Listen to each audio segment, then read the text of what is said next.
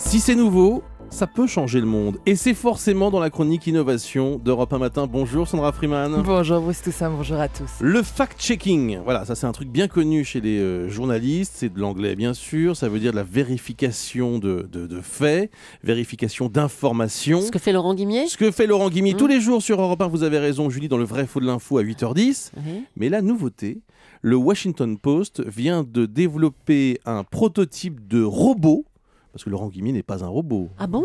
Ou alors vraiment, il faudrait qu'on vérifie. Qui scannerait les mensonges, Sandra. Oui, c'est vrai que vérifier les informations des politiques est devenu un genre journaliste à part entière. Et aux États-Unis, donc le grand quotidien, le Washington Post, teste depuis quelques jours un robot pour faire ce travail en temps réel. C'est le Truth Teller, une sorte de détecteur de mensonges pour surveiller les discours des hommes politiques et vérifier leur exactitude. Et comment ça fonctionne en fait? Vous connaissez Shazam pour la musique? On écoute un morceau et cette application trouve ce que c'est. L'idée a été inspirée de ce logiciel de reconnaissance musicale. L'équipe numérique du Washington Post a voulu l'appliquer aux mots, au discours. Imaginez, vous regardez en direct sur votre ordinateur un politique s'exprimer sur un sujet, quel qu'il soit.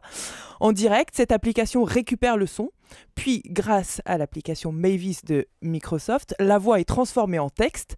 Cette retranscription est ensuite transformée en algorithme, ce qui permet au texte d'être analysé. L'ordinateur reconnaît des mots, des phrases, des sujets d'actualité déjà traités par le journal dans des articles. Il les confronte à cette base de données et fait le lien entre les deux.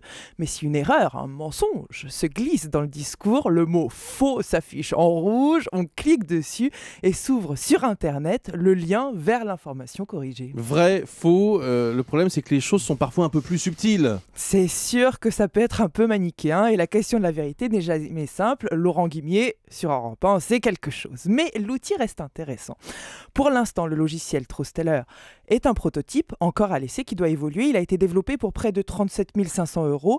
Mais pour un vrai niveau de compétence, il faudrait 10 fois plus. Leur objectif au Washington Post, couvrir la présidentielle américaine de 2016.